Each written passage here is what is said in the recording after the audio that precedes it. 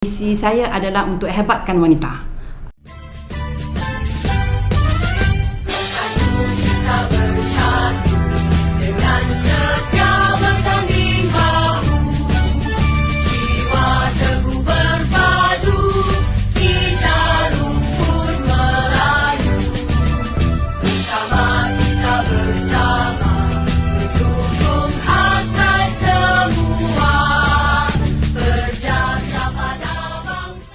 Terima kasih Yus kerana menjemput saya pada petang ini.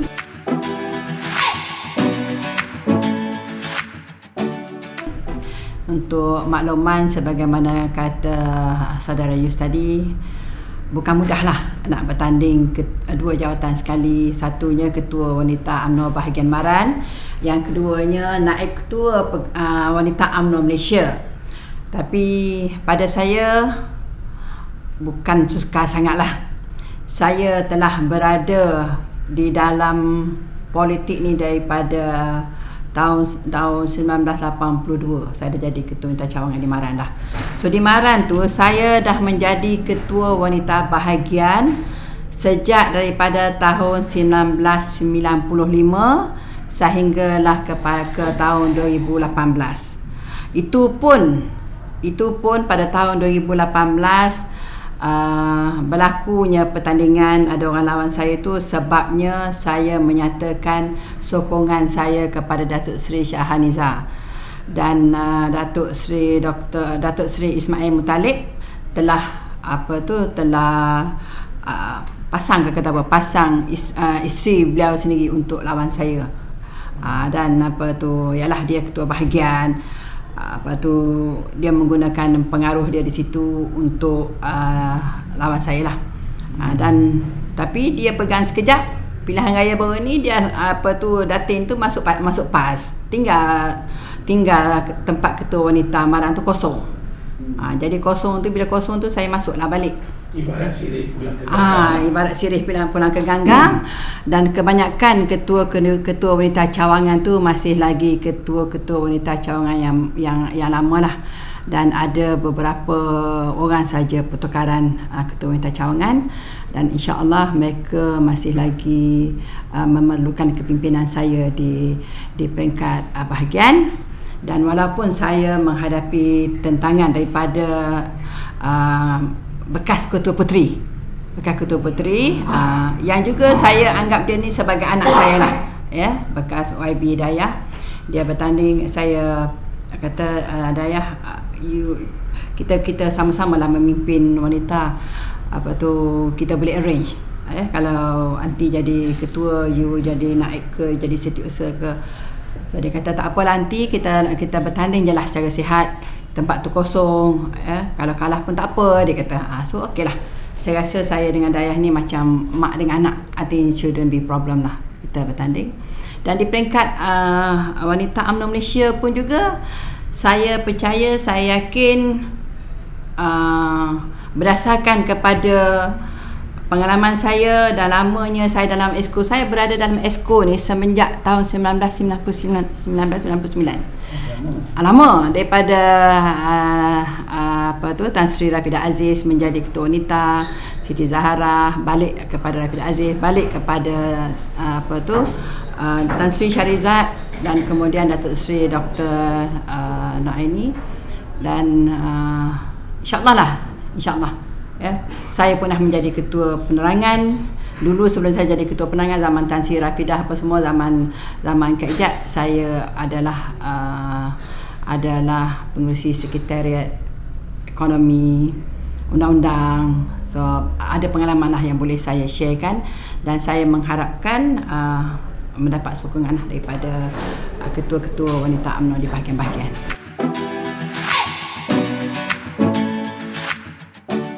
Saya mempunyai visi yang sangat jelas.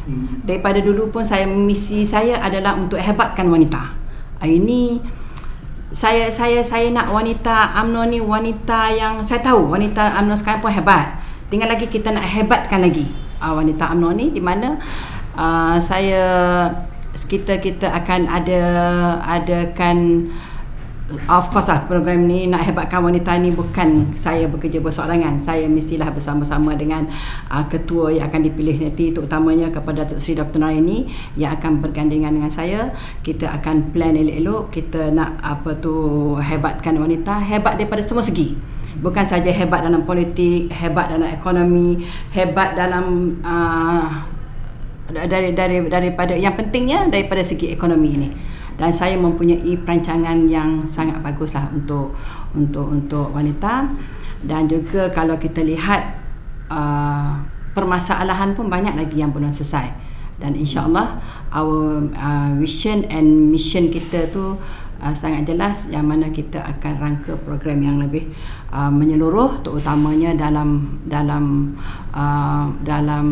mengikuti dan mengikuti arus arus pembangunan dan peredaran masa kini yang tidak sama masa dulu. Dan saya boleh katakan bahawa saya mengikuti banyak zaman, zaman kepimpinan yang berbeza-beza. Dan saya rasa kali ini kalau diberi peluang, saya akan bergandingan dengan Datuk Seri Dr. Noraini untuk merangka plan yang baik untuk wanita.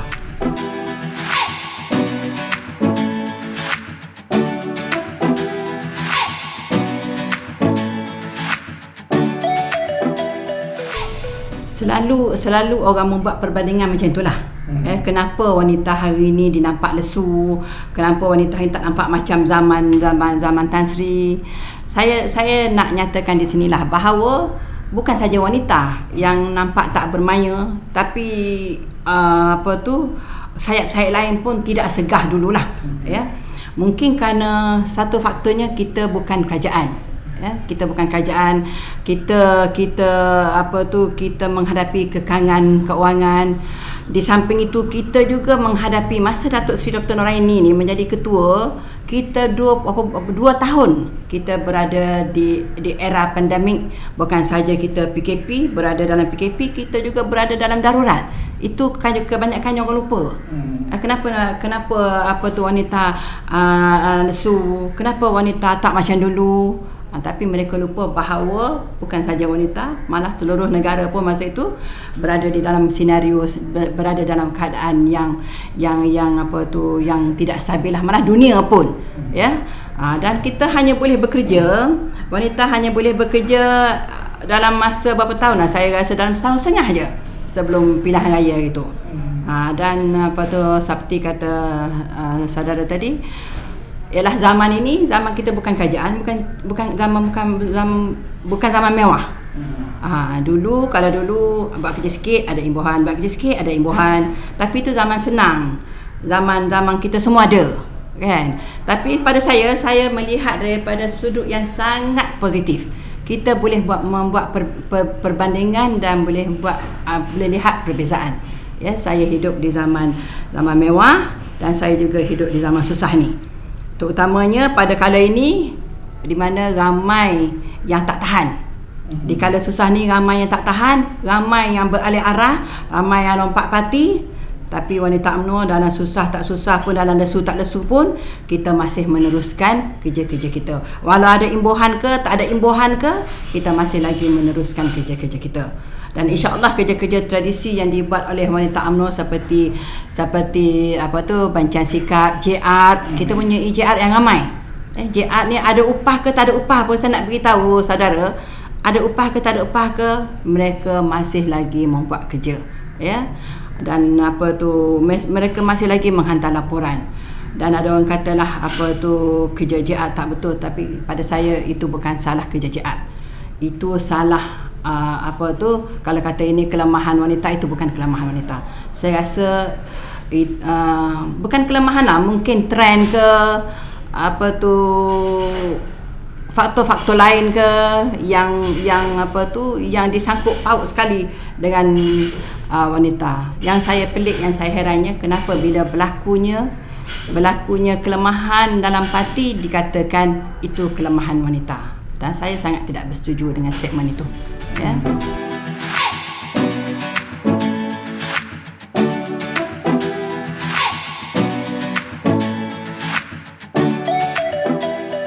why saya kata kita mesti mengarus perdanakan wanita itu, dan kita mesti bagi injection baru kepada wanita tu dengan idea-idea yang baru, terutamanya daripada segi sudut, kalau katalah Bancaan Sikap JR yang buat ni kan, saya rasa dah tak berapa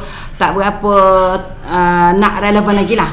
Kita kena ubah cara kita membuat bancaan, terutamanya kalau kita tengok hari ni result keputusan PRU yang ke-15 hari tu, bancaan sikap yang dibuat oleh wanita jauh tersasar, jauh sangat tersasar. So daripada situ kita dapat rumuskan bahawa pengundi hari ni bukan macam pengundi dulu. Pengundi hari ni, pengundi dulu kalau dia kata putih, bila sampai atas kertas undi pun putih lah. Tapi pengundi hari ni kalau dia kata putih, kita tanda putih, tapi bila dia pergi memangkah belum lagi putih, belum tentu lagi putih.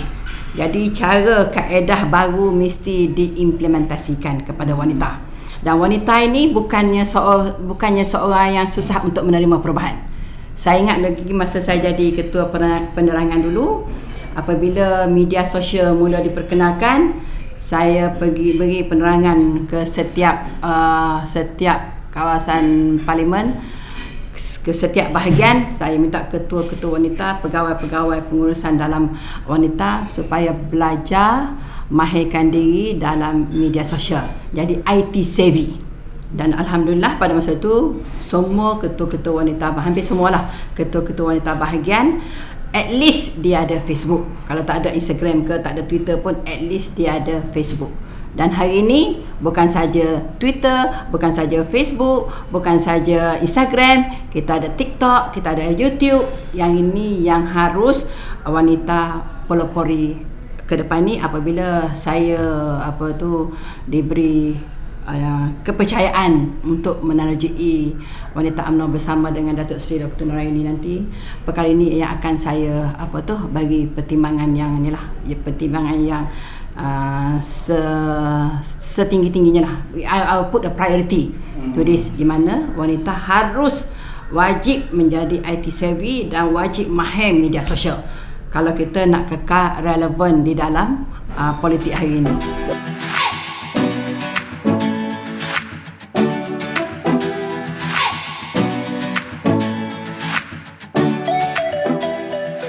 Ini yang saya muskilkan. Wanita kalau dia duduk laung 30%, kalau pemimpin lelaki tak mendengar, angka 30% itu tidak tercapai. Saya memang itu saya punya paper untuk my PhD lah, Empowering the Woman in Politics. 30% tu nak break the glass ceiling tu susah sangat. Tapi kalau kita tengok parti-parti lain dah mencapai situ. Kalau kita tengok macam PKR ke, macam macam PKR, macam PH dulu, dia dah sampai 27%. Dan kita makin merosot. Tapi bukan mustahil. Bukan mustahil kerana di PRN Melaka dan PRN Johor kita dah lebih 20% calon wanita. Dan dan menang pun. Tapi nasib tak baik masa PRU yang lepas, kita letak calon wanita tapi tak capai 30%, tak capai, letak pun ada yang disabotaj. Sabotaj sama sendiri pun ada. Yang ini yang kita sangat sedih lah, ya. Wanita dilihat sebagai tulang belakang, tapi apabila diletakkan calon wanita, ada je pihak-pihak yang tak berpuas hati, sabotaj. Ada kawan saya di Selangor yang menjadi calon, kemudian mendapat tentangan daripada calon terdahulu. Dan ini sesuatu yang sangat sedih lah, sangat tak sihat lah. Kita sama-sama parti, tapi kita support wanita, support masa dia jadi ahli parlimen, kita support beberapa penggal. Tapi bila sampai time perubahan, kenapa terjadi macam tu lah. Jadi saya rasa saya tak nak sebut nama. Dan 30% ni kita tak putus asa. Kita akan terus perjuangkan, dan insya-Allah kita akan bawa lebih ramai lagi calon-calon yang layak Kerana orang kata nak 30% wanita ni, tapi calonnya tak ada. Inilah yang selalu disuarakan. Dan insya-Allah dalam kehadapan moving forward ni, kita akan pastikan ramai profesional bersama-sama dengan wanita UMNO dalam menerajui wanita UMNO to keep UMNO. Jadi Datuk yakinlah wanita akan berjaya capai sasaran itu, insya-Allah, dengan mengemukakan lebih ramai muka-muka baru ataupun lebih ramai potensi-potensi baru sebagai calon wanita akan datang.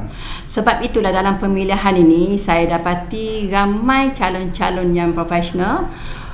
Dalam kalangan wanita UMNO sendiri pun ramai wanita profesional, tapi kadang-kadang orang tak nampak.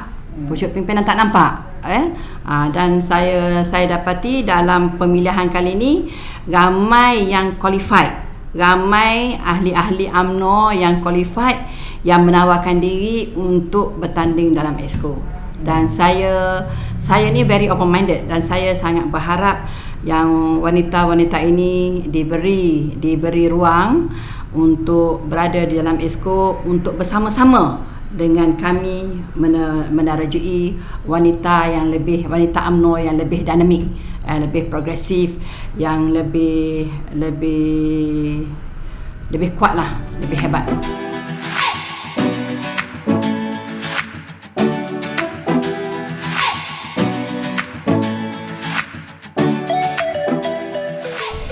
Definitely not. Kita of course lah, kalau kita tengok keputusan PRU 15 hari tu teruk dan kita dah tahu kenapa kita jadi macam tu, kita definitely akan berubah. Kita akan definitely mengubah modus operandi kita. Kita akan kita akan mengguna metodologi yang lain, kerana daripada kajian kita, kemenangan PRU yang lepas, kekalahan PRU yang lepas itu adalah kerana lemahnya jentera kita dalam penguasaan dunia IT, penguasaan dunia media sosial. PRN akan datang akan jadi medan menguji kaedah yang baru. Betul. Dan insya-Allah wanita kita akan ajar, kita akan didik mereka untuk menguasai, suka tak suka, dunia pendigitalan ini mesti menjadi tonggak utama dalam perjuangan parti. Kalau kita tidak menguasai dunia pendigitalan ni bukan dalam politik saja, dalam semua bidang dan dunia hari ini, sama ada politik ke, perniagaan ke, atau apa-apa saja, mesti mahir dalam dunia pendigitalan kalau kita nak pergi jauh. In fact, makcik-makcik di rumah sekarang ni pun dia dah pakai smartphone. Makcik-makcik di rumah ni tak pakai dah Nokia tu, tak ada dah. Dia semua pagi-pagi dah pandai dah tengok Facebook apa semua, pandai dah komen-komen saya atas saya punya posting, semua dah pandai komen dah. Alhamdulillah.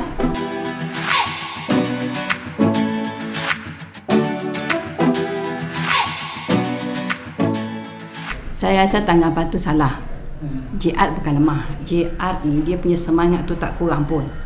Dia punya semangat tu, saya rasa, saya pada pandangan saya lah, semangat dia kalau dulu, sekarang ni dia memang ada duit ke tak ada duit ke, dia memang buat kerja. Ya, tinggal lagi macam saya katakan tadi lah, kita hidup dalam sebuah kekurangan, jadi tak meriah, tak macam dulu kan. Dulu meriah, duit banyak kan. Tapi kali ni tak berapa meriah lah, tapi kerja tu memang kerja kuat. Memang kerja tetap kerja. Ada duit tak ada duit pun tak kerja, tetap kerja. Tapi tak meriah.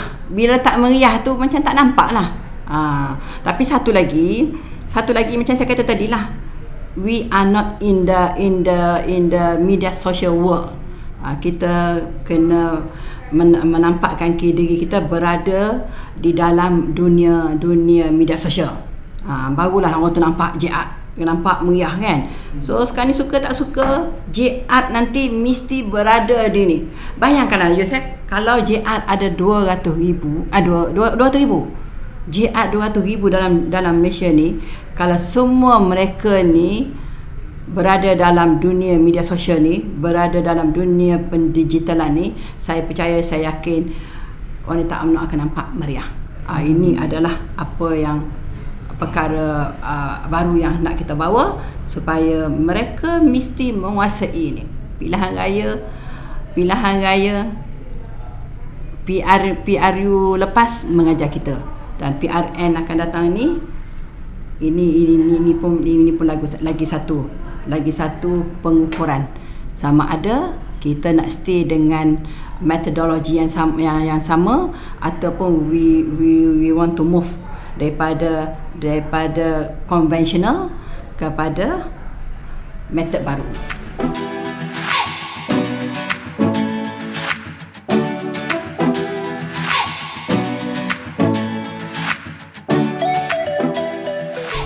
Saya macam saya katakan tadilah, saya berada di dalam wanita UMNO ni dah lama. Dalam ESCO saja pun saya daripada tahun 1999 saya berada dalam ESCO. Saya nak sangat melihat wanita ini mempunyai ekonomi yang stabil. Itu memang azam saya.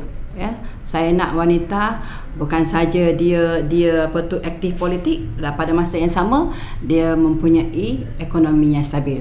Jadi saya sangat mengharap untuk berbuat sesuatu kepada wanita, untuk memastikan wanita ni mempunyai poket yang penuh. Walaupun saya ni bukan menteri wanita, bukan menteri apa-apa, tapi saya insya-Allah I have my own way lah. Saya ada cara saya untuk membantu wanita, insya-Allah. Ini azam saya lah. Dan in fact pada masa ini pun saya sedang mengusahakan sesuatu, tapi saya tak nak umumkan lagi sehingga everything is concluded, dan saya akan kongsikan bersama-sama dengan wanita saya dalam sedikit masa lagi, insya-Allah. Soalan terakhir. Ya. 5 perkara yang orang tak tahu pasal Datuk.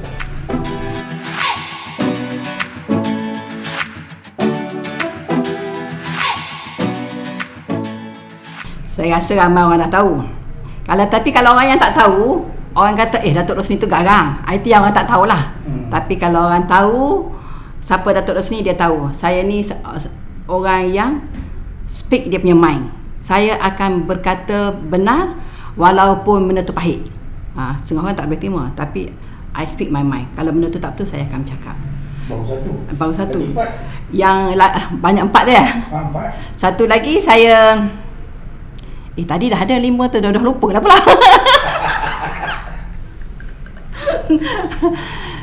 Saya mempunyai azam yang kuat untuk majukan wanita. Itu azam saya. Ya. Tak ada gunanya saya berada dalam wanita UMNO selama ini kalau saya tak boleh nak mengubah wanita. Sikit sebanyak pun saya nak cuba untuk mengubah wanita, supaya wanita ni berjaya. Bukan saja berjaya dalam karier dia, tapi berjaya juga dalam ekonomi mereka. Itu azam saya. Yang ketiganya, saya nak wanita saya ni menjadi wanita yang orang tak tahu pada diri saya kan. Satu lagi, yang ketiganya, saya nak wanita ni menjadi seorang yang saya nak wanita ni menjadi seorang yang matang. Dan maksud saya di sini, orang yang boleh berfikiran lebih jauh, yang boleh terima positif, negatif, boleh terima semua, dan boleh membuat analisa. Tidak terima bulat-bulat. Kan, kalau kita sekarang ni dunia IT. Sekarang ni dunia IT, kalau you terima ni, you baca, you dengar ni, lepas tu yang lain tu you tak mau dengar dah, tak boleh. You kena accept dua-dua facts dan evaluate dan cari. Saya nak wanita yang mempunyai fikiran macam tu. Lagi satu, saya nak wanita yang bahagia. Saya wanita yang bahagia. Saya orang yang bahagia, dan saya nak wanita pun bahagia. Dah apa dah? Satu lagi, saya nak terus memimpin wanita. Selagi saya diperlukan, dan saya nak memimpin wanita, saya nak bawa wanita ke Mercu Jaya.